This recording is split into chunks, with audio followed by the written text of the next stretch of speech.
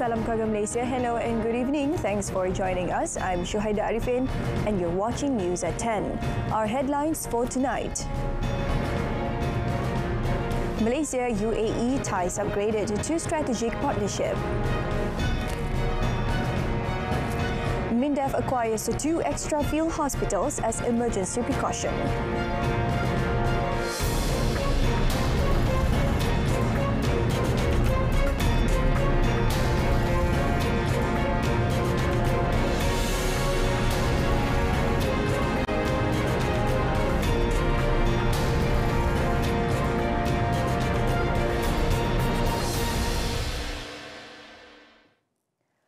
Malaysia's ties with the United Arab Emirates UAE will be elevated to a strategic partnership.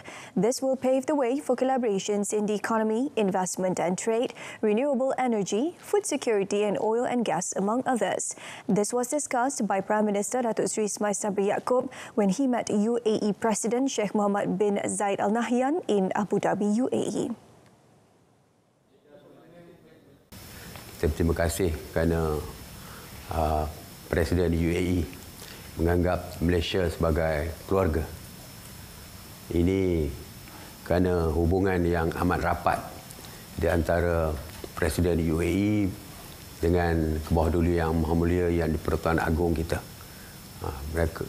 Sehingga kan Presiden UAE memanggil Yang Pertuan Agong kita sebagai my brother. Jadi hubungan ini, rapat ini yang saya kira menyebabkan suasana perbincangan dalam keadaan yang sangat mesra dan penuh kekeluargaan. Datuk Seri Ismail Sabri also informed Sheikh Mohammed that the Sheikh Zayed Al Nahyan Chair in the Malaysian Institute of Strategic and International Studies (ISIS) had been established with a donation of 30 million ringgit. It aims to promote universal peace for research, conferences and international dialogue. On a related matter, Datuk Seri Ismail Sabri said Malaysia is offering the United Arab Emirates UAE to make a reverse investment to support the food security policy of both countries and help the UAE become a food hub in the Middle East. He said Malaysia has vast and suitable land for foreign investors to invest in agriculture. Dan saya menawarkan kepada Yang Mulia Presiden supaya mereka membuat reverse investment ataupun pelaburan timbal balas, yang mana sebagai sebuah negara yang mempunyai tanah yang luas dan sesuai untuk pertanian, kita meminta supaya mereka membuat pelaburan pertanian di Malaysia, kerana saya difahamkan UAE mempunyai perancangan untuk menjadikan UAE sebagai hub kepada ekspor pertanian ke negara-negara Afrika dan sebagainya. Dan Presiden menyambut baik cadangan saya dan kita semua semalam, kita berdua bersetuju untuk segera mewujudkan jawatan kuasa bersama, jawatan kuasa kerja Joint Committee ini, jawatan kuasa kerja bersama untuk melihat dengan cara yang lebih detail tentang cadangan untuk reverse investment dari segi food security di Malaysia ini. The Prime Minister said previously Qatar and Saudi Arabia have also expressed interest in participating in reverse investment in the field of agriculture in Malaysia, which would help the country to increase the production of agricultural products.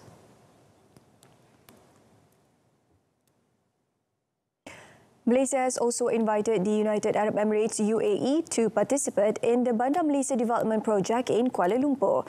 Datuk Seri Ismail Sabri said the invitation was made during a meeting with Sheikh Mohammed at the presidential residence in Abu Dhabi today.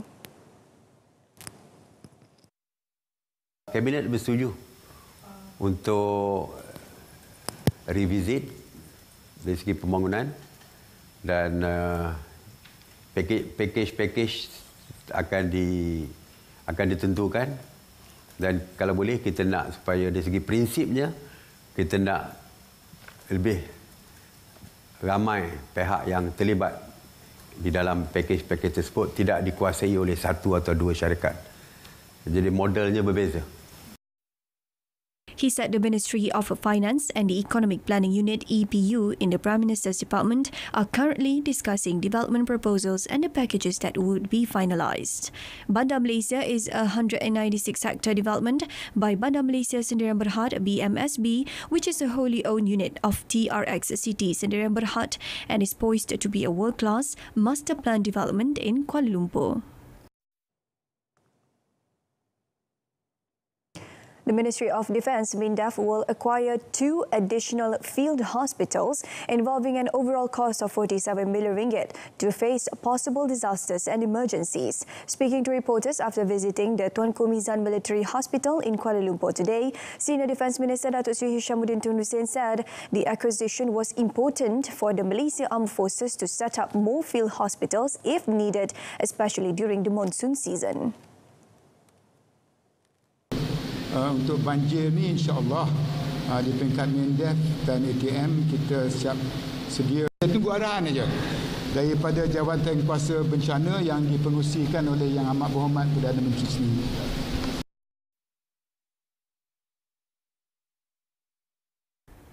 Meanwhile, MINDEF and Ministry of Health MOH will draw up a new framework to optimise use of the assets of both ministries. Datuk Seri Hishamuddin said this was following the good cooperation between the 2 ministries in managing the COVID-19 pandemic previously. Pengalaman kita semasa berdepan dengan COVID-19, usaha kita nak melihat kepada musim ke-7 banjir ini, bagaimana hospital-hospital medan yang kita gunakan masa COVID dan bencana dapat ditambah nilai dan dapat. Meanwhile, MINDEF and the Ministry of Health MOH will draw up a new framework to optimise use of the assets of both ministries. Datuk Seri Hishamuddin said this was following the good cooperation between the 2 ministries in managing the COVID-19 pandemic previously. He said as MP and Chairman, he does not have the authority to instruct a Minister, Secretary General of a ministry or the Director General of a government department to take certain measures or make certain decisions to speed up the national recovery process. This power, according to Tan Sri Muhyiddin, rests in the hands of the Prime Minister and the Cabinet. MPN hanyalah bertindak sebagai badan penasihat pada kerajaan yang tidak mempunyai kuasa pelaksanaan. Perakuan-perakuan MPN dibawa ke Kabinet untuk kelulusan dan selepas itu hendaklah dilaksanakan oleh kementerian dan agensi kerajaan yang berkenaan. Tan Sri Muhyiddin said this during a press conference after chairing the MPN meeting in Putrajaya today. He added that 69 of those recommendations were related to major issues that had an impact on economic and social recovery, while 26 recommendations were related to administrative affairs. He said that so far, 86 of MPN's recommendations had been approved by the Cabinet, while 9 were awaiting the Cabinet's decision.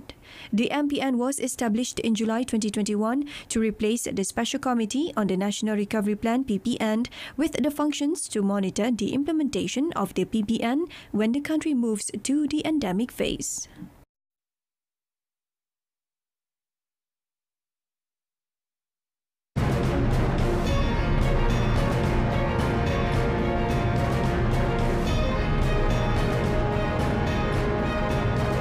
Coming up next, Syed Saddiq court case closed today.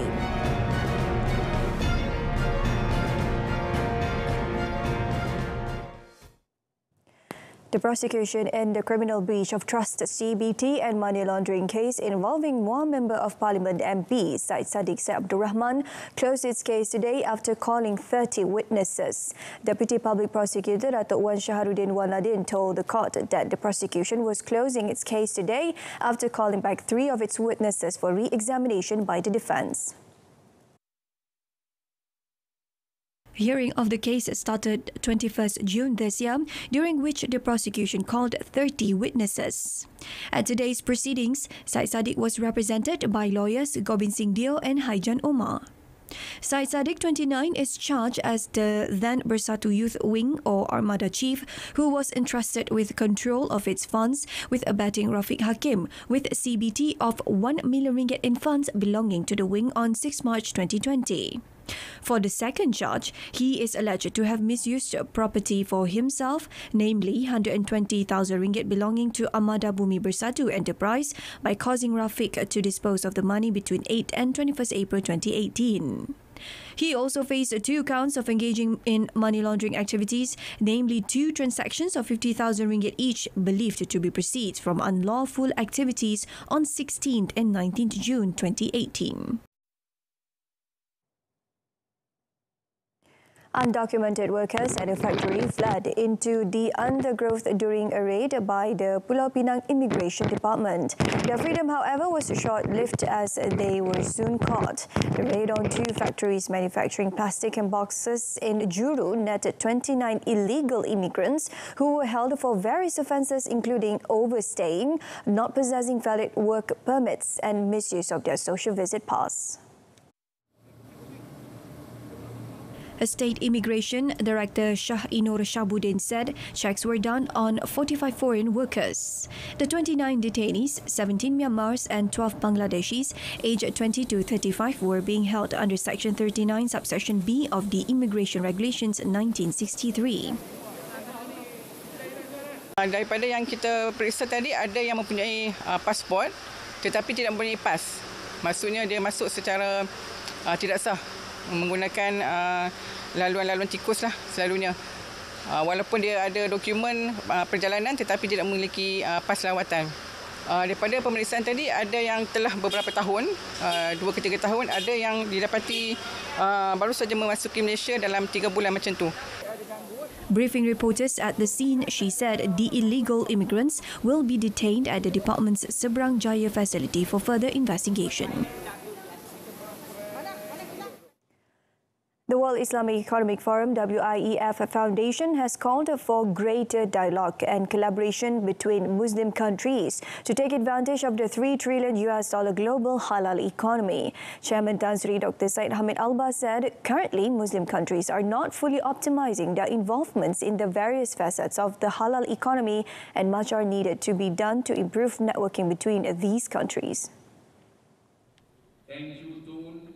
He said in terms of revenue, the Muslim countries' revenue is big, but participation in the halal market is low at only about 8%. He added Muslim countries have done well in the Islamic banking segment. However, in terms of its size, the biggest sukuk market is in London. Conference media bulat adalah untuk membincangkan isu-isu semasa yang melibatkan soal yang hasil daripada pandemik.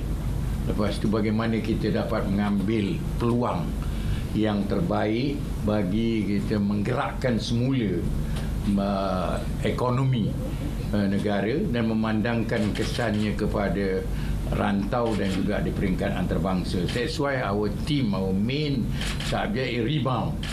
How do we take advantage of the rebound? Tan Sri Syed Hamid said this to reporters in a briefing at the WIEF Roundtable Penang 2022 in Bayan Baru today. The one-day event themed Economic Rebound, Transforming the Future was attended by 362 participants from 15 countries such as Indonesia, the Philippines, Russia and the United Arab Emirates. The WIEF Roundtable Penang 2022, hosted by the Pulau Pinang State Government and co-organised by WIEF and Penang Halal International, is the 17th roundtable event organised by WIEF Foundation and the second to be held in Malaysia. Malaysia is committed to supporting the International Telecommunication Union ITU's goals and aspirations in bringing meaningful connectivity as well as spreading the benefits of digital innovation to all. Speaking at the ITU Plenipotentiary Conference 2022, ITU PP22 in Bucharest, Romania, Communications and Multimedia Minister Tan Sri Anwar Musa said Malaysia since independence had been an active participant of many of Union's activities. sharing Malaysia's journey towards achieving universal connectivity and sustainable digital transformation for its people, he said. 3 national plans, namely the Malaysia Digital Economy Blueprint My Digital, National Fourth Industrial Revolution Policy and 12th Malaysia Plan, would unify the Malaysian digital economy system. In Malaysia, being a multiracial and multi-religious country, all citizens are considered as one family under the philosophy of Keluarga Malaysia, irrespective of race, religion, culture, socio-economic status, or even geographical identity. Indeed, connectivity is not only important to unite the entire Malaysian family, but also now should be considered as part of human rights, connecting people all over the globe, or global family, or keluarga dunia.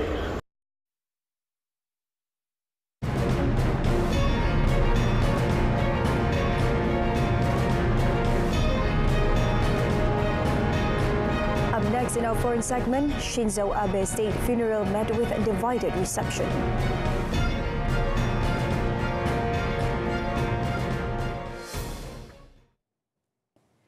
Russia on Monday said that its army had continued to strike Ukrainian targets in Donetsk and Kharkiv over the past day, while Ukraine claimed that its troops had repelled Russian attacks in 8 settlements. Russian Defense Ministry spokesman Igor Konashenkov said in a daily news briefing on Monday that the Russian aerospace forces struck Ukrainian military targets in Donetsk and Kharkiv over the past 24 hours. In Nikolaev, the Russian army used high-precision missiles to hit a temporary Ukrainian artillery camp. The spokesman also said Russia shot down several Ukrainian drones with its air defense missile system.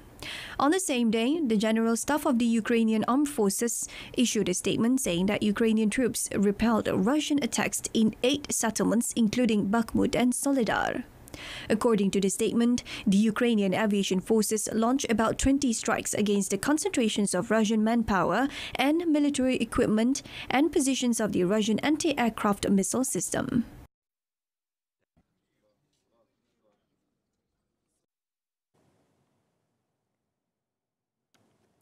Japan today fired cannons to commemorate assassinated former Prime Minister Shinzo Abe at the first state funeral for a former premier in 55 years. As Abe's ashes were carried into the Nippon Budokan Hall in central Tokyo by his widow Aki, Japan's self-defense forces fired a 19-gun salute at a park near the venue for the state funeral. About 4,300 people were expected at the funeral ceremony, which started at 2 p.m, along with at least 48 current or former government figures, including US Vice President Kamala Harris and Indian Prime Minister Narendra Modi. Abe's killing at July campaign rally set off a flood of revelations about ties between lawmakers in the ruling Liberal Democratic Party (LDP) he once ran and the Unification Church, which critics call a cult, sparking a backlash against current Premier Fumio Kishida. Abe was a polarizing figure who dominated modern-day politics as its longest-serving leader, with a rare state funeral that has become nearly as divisive as he was. Protesters marched against the event, with an $11.5 million price tag to be borne by the state at the time of economic pain for ordinary citizens.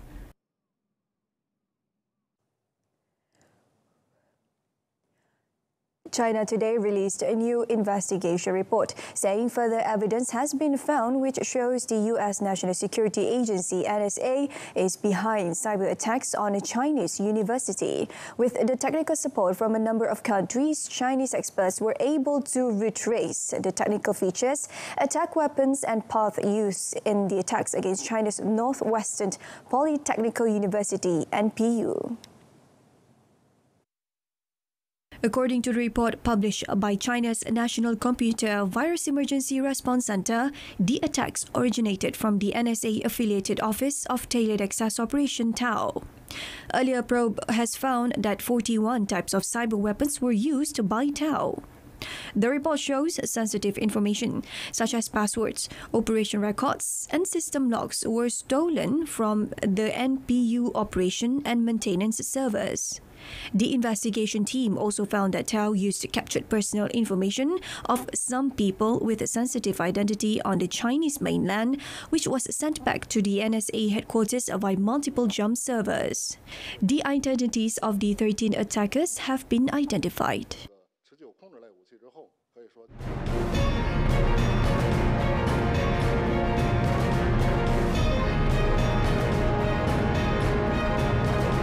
In sports, uncertainty swirls around Berita participation in Denmark Open.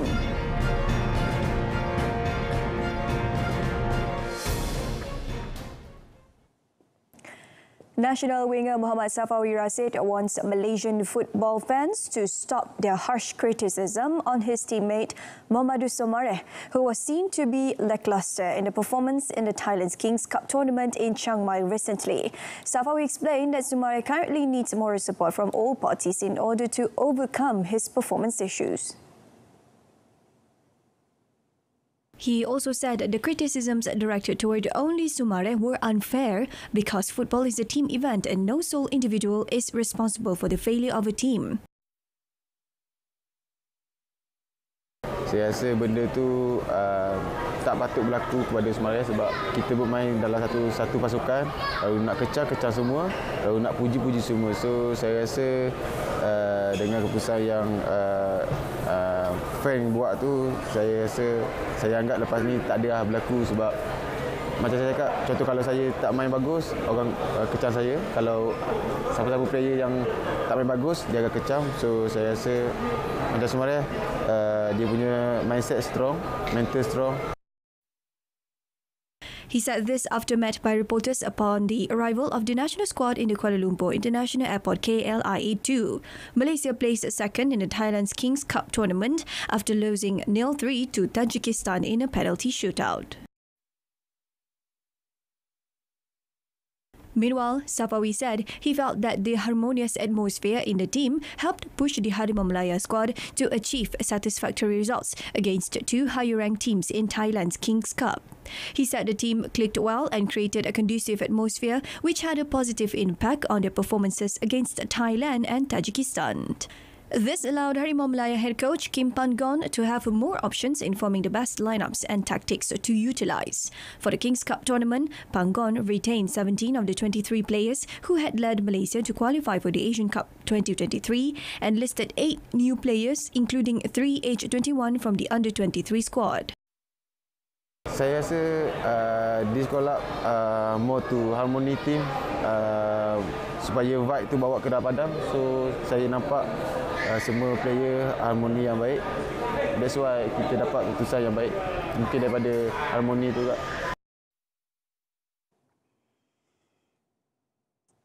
Meanwhile, in international football, the Brazilian team warmed up in practice ahead of their friendly match against Tunisia in Paris early tomorrow morning. The team was laden with football stars, including two Paris Saint-Germain aces Neymar and Marquinhos, as well as Real Madrid sensation Vinicius Jr. Following the training session, Brazil coach Tite said he plans to field Flamengo striker Pedro in the match, their last friendly before their World Cup opener against Serbia on 24th November. However, he does not guarantee this, explaining that Pedro would start as a reserve, but that there could be a situation in which he would use the striker. Previously on Friday, Brazil breezed past Ghana with a comfortable 3-0 victory in the French city of Le Havre in another friendly. The team's first half performance gave fans plenty of reasons to get excited ahead of the World Cup in Qatar, where they will bid for a record-extending 6th title. Now moving on to badminton, top national women's doubles pair Berita and Tina are still a doubt for a 2022 Denmark Open, which will be held in Odense from 18 September until 23rd October. Badminton Association of Malaysia BAM doubles coaching director Rasmi Manaki said he is still evaluating Pearlie's level of preparedness as she is still recovering from a hamstring injury suffered at the Japan Open early this month.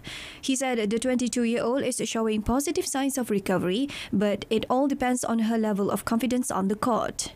If she's confident, they will be sent to the Denmark Open, and if not, they will just have to stay home and try to compete in the SAHIH Open or Australian Open. The 2022 SAHIH Open in Saarbrücken, Germany will be held from 1st to 6th November, and the 2022 Australian Open is in Sydney from 15th to 20th November. For now, BAM will continue to monitor Pearlie's condition until end of the month.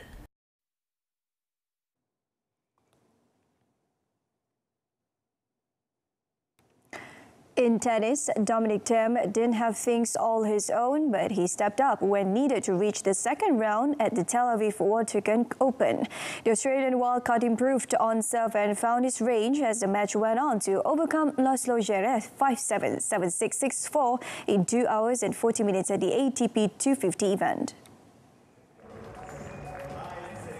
The former world number 3 Thiem, who reached the final at an ATP Challenger Tour event in Rennes earlier this month, will next play second seed Marin Cilic as he aims to advance to his fourth tour level quarter-final of 2 national professional cycling teams, Terengganu Cycling Team TSG and Team Sapura Cycling TSC, have submitted applications to retain their continental team status for the 2023 season.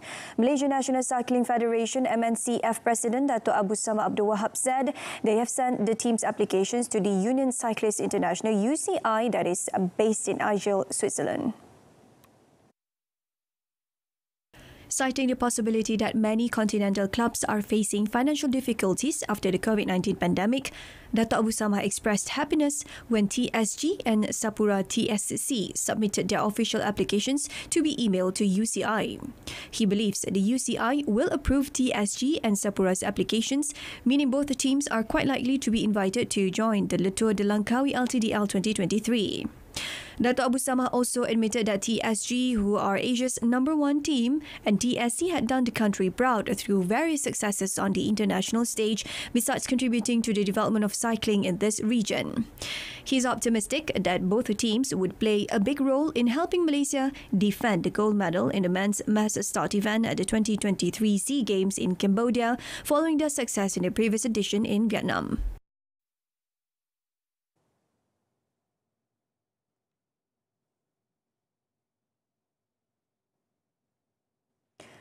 Alright, so that concludes today's news at 10. In our top story, Malaysia-UAE ties upgraded to strategic partnership. Don't forget to tune in to updates at noon tomorrow at 12:30 p.m. Till then, I'm Shuhaida Arifin.